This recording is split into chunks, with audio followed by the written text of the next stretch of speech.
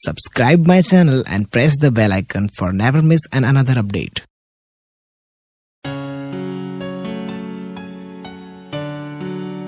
Hello dear student, आज यहाँ पे हम एक्सरसाइज 5.2 में क्वेश्चन नंबर 11 सॉल्व करेंगे. So here we have which term of the AP 3, 15, 27, 39 up to so on will be 132 more than its 54th term.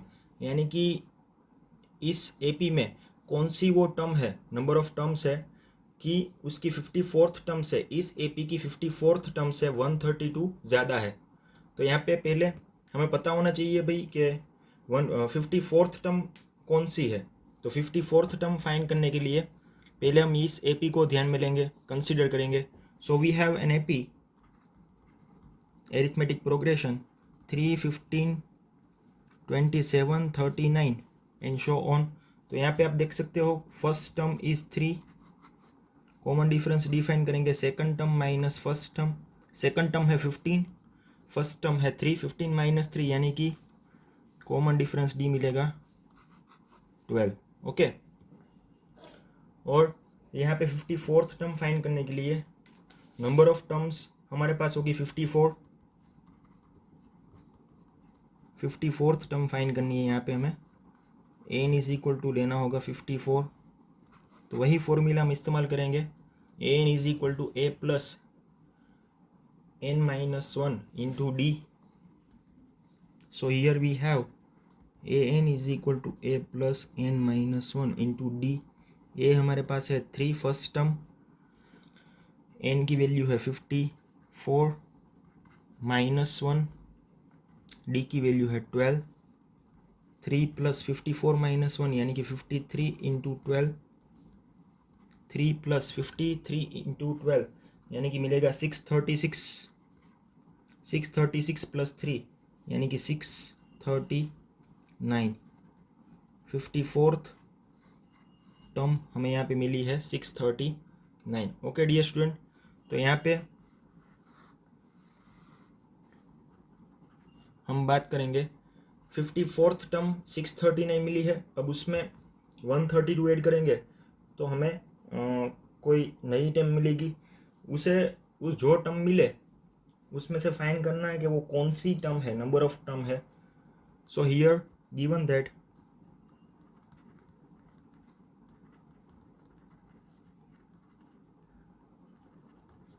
in an AP 54th term is 639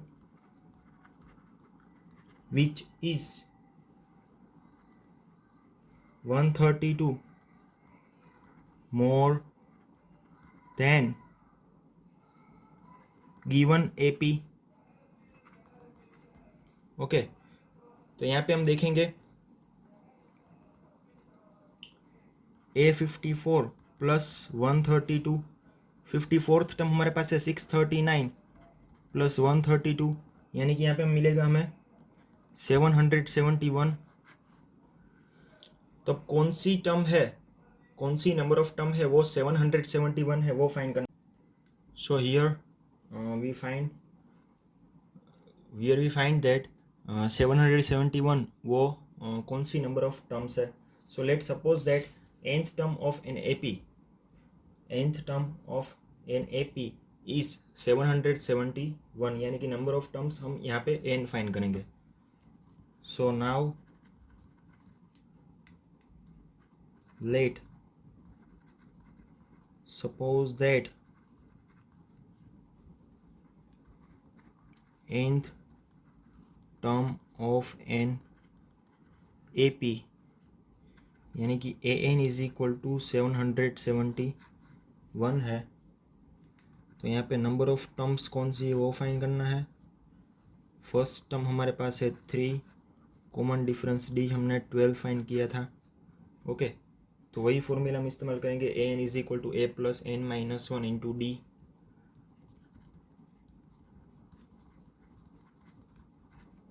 an is equal to 771. a is equal to first term है 3, n की value find करनी है, d की value common difference है 12. 771 3 को इस तरफ लेंगे, माइनस होगा n-1 इंटू 12, 771 माइनस 3 यानी कि मिलेगा 768। 12 को डिनोमिनेटर में जाने देंगे, 768 divide by 12 is equal to n-1। इसका डिवीज़न लेंगे तो 64 12 जा 768 मिलेगा, यानी कि यहाँ पे हमें मिलेगा 64 is equal to n-1 plus -1 को उस तरफ जाने देंगे तो प्लस हो जाएगा 64 + 1 इज इक्वल टू n, और यहाँ पे मिलेगा n इज इक्वल टू 64 + 1 यानी कि 65, यानी कि 65th टर्म होगी वो 771 होगी। यहाँ पे लास्ट में हमें लिखना होगा that means 65th term is 132 more than 54th term. Okay student, अब नेक्स्ट हम देखेंगे क्वेश्चन नंबर 12। क्वेश्चन नंबर 12 कुछ इस तरह है, 2 APs have same common difference, the difference between their 100th term is 100 and what is the common difference between 1000 their 1000th term। यानी कि कोई भी 2 AP आपको लेनी है, यहाँ पे AP दिया नहीं है क्वेश्चन में, एरिथमेटिक प्रोग्रेशन सीक्वेंस नहीं दी गई है, तो यहाँ पे कोई भी AP आपको एज्यूम करनी है, और ऐसा कहा गया है कि भाई कॉमन डिफरेंस है वो 100th टर्म में, उन दोनों AP की 100th टर्म है उसका कॉमन डिफरेंस 100 है, तो मैं फाइंड करना है कि 1000th टर्म का कॉमन डिफरेंस दोनों एपी में कितना होगा। Then suppose here we have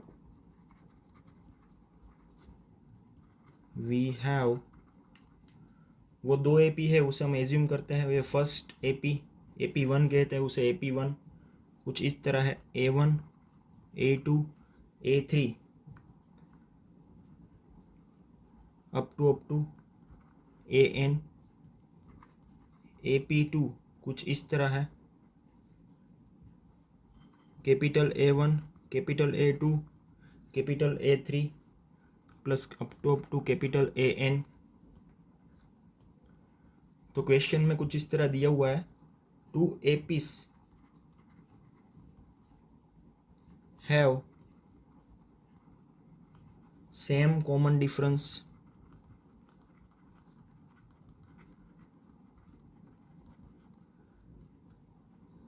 then common difference is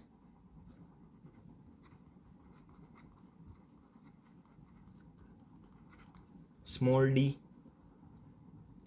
Suppose common difference of 100th term of both AP is 100, which is given in a question,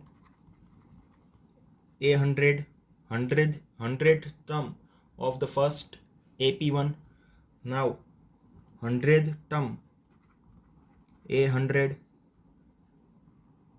उसका common difference कुछ इस तरह है, 100 क्वेश्चन में दिया हुआ है, तो A100 है उसे आप कैसे रिप्रेजेंट करोगे, A100 है तो उसे हम कैसे रिप्रेजेंट करेंगे, A100 आपको फाइंड करना हो तो आप वही फॉर्मूला इस्तेमाल करोगे, AN is equal to A plus n-1 into D, तो उसी इक्वेशन में आपको A100 फाइंड करना है।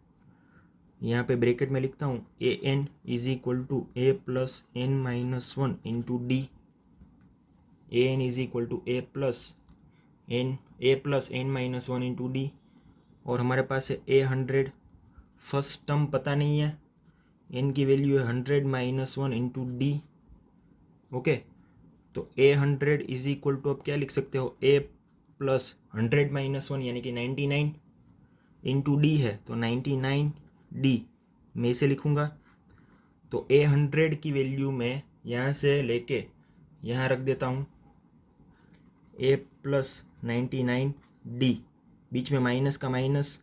अब कैपिटल A100 है वो सेकंड AP2 का 100 टर्म है, तो उसे भी ऐसे ही फाइंड करना है, तो डायरेक्टली आप समझ जाओगे कैसे फाइंड होता है।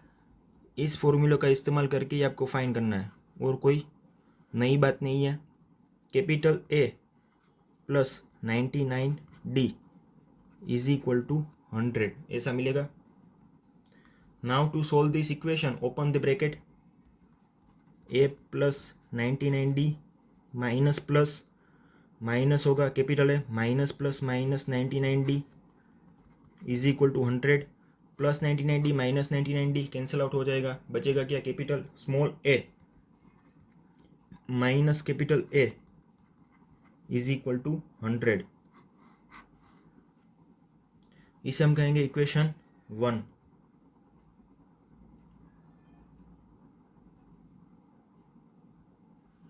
अब next, now we find the common difference between 1000th term of both the AP.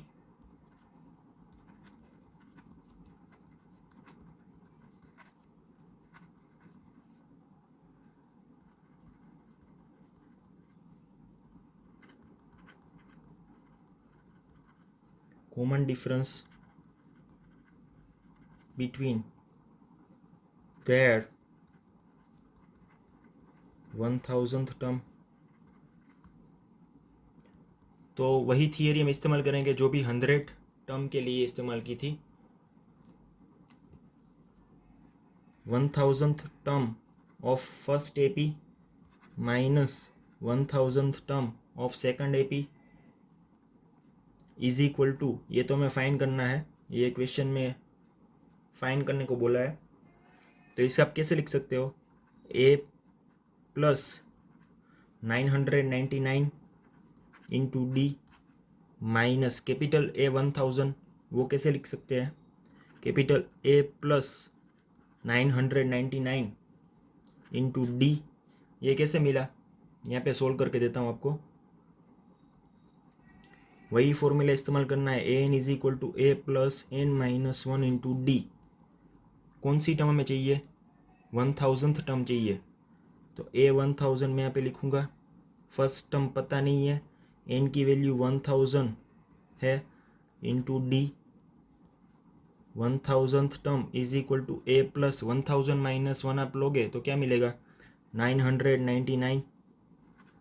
3 digit की सबसे बड़ी नंबर मिलेगी 999D। तो वही इसकी वैल्यू 1000 टर्म की वैल्यू मैंने यहाँ पे रख दी है और कुछ नया नहीं किया। और इसे भी आप ऐसे ही फाइंड कर सकते हो, कैपिटल ए की जगह स्मॉल ए की जगह कैपिटल ए आएगा और कुछ नहीं है। ना open the bracket, then we have A plus 999D minus plus minus minus plus minus 999D, दोनों की वैल्यू सेम है, कैंसिल हो जाएगा। Small A minus capital A, अब यहाँ पे A 100 term A 1000 minus capital A 1000 is equal to क्या मिला, small A minus capital A.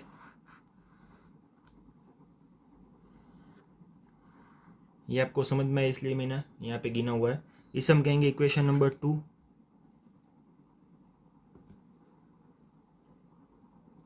अब क्या करना है, now comparing equation 1 and 2। Now comparing equation 1 and 2, then we have, दोनों इक्वेशन को आप कंपेयर करोगे तो क्या पता चलेगा, इक्वेशन 1 का लेफ्ट हैंड साइड LHS है और इक्वेशन 2 का राइट हैंड साइड RHS है, वो दोनों सेम है।